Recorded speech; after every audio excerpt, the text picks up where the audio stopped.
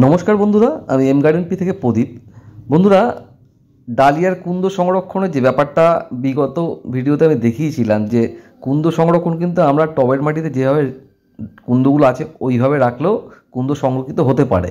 সেটা দেখছেন এবছর কিন্তু গাছ অলরেডি কুন্দগুলোতে গাছ বেরানো শুরু হয়ে গেছে।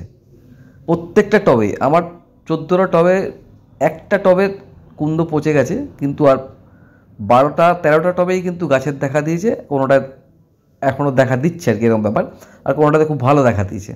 তা আমি কুন্দ তুলে রেখেও সংরক্ষণ করা যায়, আর এইভাবেও কিন্তু সংরক্ষণ করা যায়।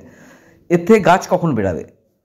কুন্দ কিন্তু সংরক্ষিত থাকবে মাটিতেই, এবং আমি এইভাবে প্রতিটা টব থেকে একটাও বের করে নিই। দেখুন প্রত্যেকটা থেকেই ভালো মানের গাছ বেরাচ্ছে। এবার যেটা আমাদের করণীয়, এগুলোকে অল্প কিছু পরিচর্যা, আর তার থেকে কিন্তু আমরা অনেক বেশি ব্রাঞ্চ হলে আমরা বেশি কাটিং তৈরি করতে পারবো।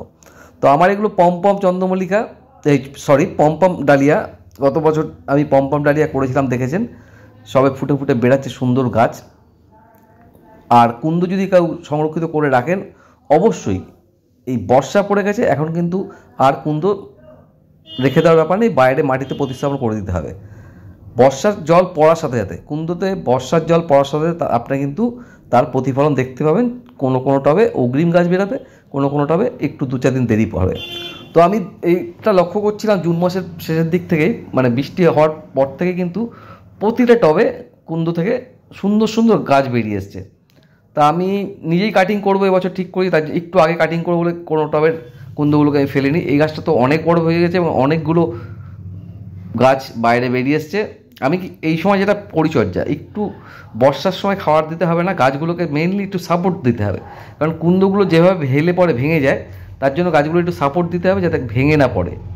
আর মাথাটা পিঞ্চিং করে দেবো, ওয়েদার ভালো থাকলে সামান্য একটু খাবার দেবো, তাহলেই কিন্তু অনেক বেশি ব্রাঞ্চ আসবে। আর একটা কাজ যেটা করতে হবে সেটা হচ্ছে গিয়ে, এখন যদি মাইটস লাগার সম্ভাবনা অনেক বেশি, তার জন্য আমাদের মাইটসের ওষুধ দিতে হবে, যেমন কনফিডার, কাকা, এই ধরনের ওষুধ আমরা ব্যবহার করবো যাতে মাইটসের আক্রমণ থেকে গাছটা সুন্দর থাকে এবং অনেক কচি ব্রাঞ্চ বেরায়।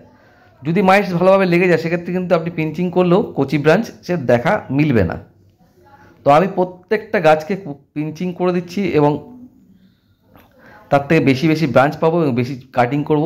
আমি এবছর অগ্রিম কিছু গাছ করতে চাই, যেখানে রেজাল্টটা গতবারের থেকে আরও অনেক গুণে ভালো হবে। গতবার আমার টাইমিংটা একটু এদিক ওদিক ছিল, যার জন্য গাছ ভালো হয়েছিল, ফুলও ভালো হয়েছিল, সব ভালো ছিল, কিন্তু আমি স্যাটিসফাই ছিলাম না। আমি জানি যেহেতু এটা পম ডালিয়া, আমি আরও বেশি ফুল নিতে চাই, অনেক ঝোপালো করতে চাই, তার জন্য একটু আগে কাটিং করবো। মানে আমি আগস্ট মাসের ভিতরে চেষ্টা করবো, আগস্ট মাসের শেষের দিকে কাটিং তৈরি করে নেওয়ার। সেপ্টেম্বরের ফার্স্ট উইকে বা আগস্টের লাস্ট উইকে আমরা কিন্তু প্রতিস্থাপন করব।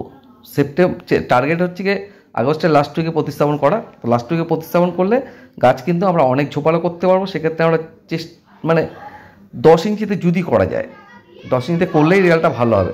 এবার কাটিং আমরা বাজার থেকে পেতে অনেক দেরি হয়ে যায়, সেটা সেপ্টেম্বর এন্ড হয়ে যায়, অক্টোবর শুরুতে বা সেপ্টেম্বর এন্ডে আমরা কাটিং পাই।